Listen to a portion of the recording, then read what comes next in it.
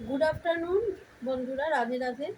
আমরা এসে গেছি আবার রাধারানীর সংসারে। তোমাদের গোপাল সোনাকে তোমরা দর্শন করো।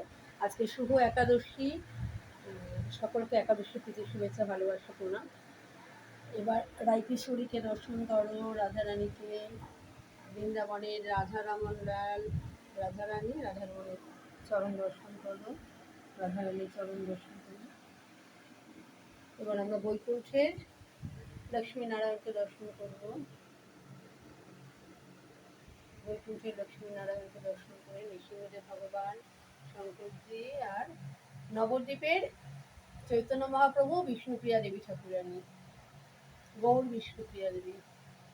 এবার পুরীধামের জগন্নাথ দেব, বলভদ্রদেব, সুভদ্রা দেবী ঠাকুরানীকে দর্শন করো। এইবার আমরা ভোগ দর্শন করি ভগবানের। আজকে একাদশী ভোগ। আজকে শ্যামা দানা সেদ্ধ, আর তার মধ্যে ঘি, একটু কাঁচা লঙ্কা, আর এটা হচ্ছে সাবু দিয়ে,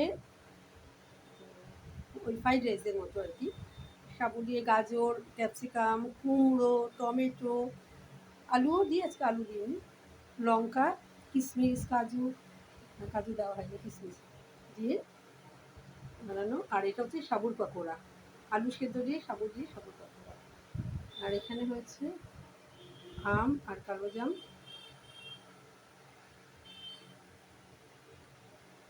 ভোগ দর্শন করি আমরা।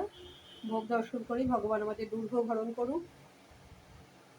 আর ভগবানের কাছে প্রার্থনা করি যেন সকলকে ভালো রাখেন, সপরিবারে সকলে ভালো থাকো, সুস্থ থাকো, আনন্দে থাকো। রাধে রাধে, জয় জগন্নাথ।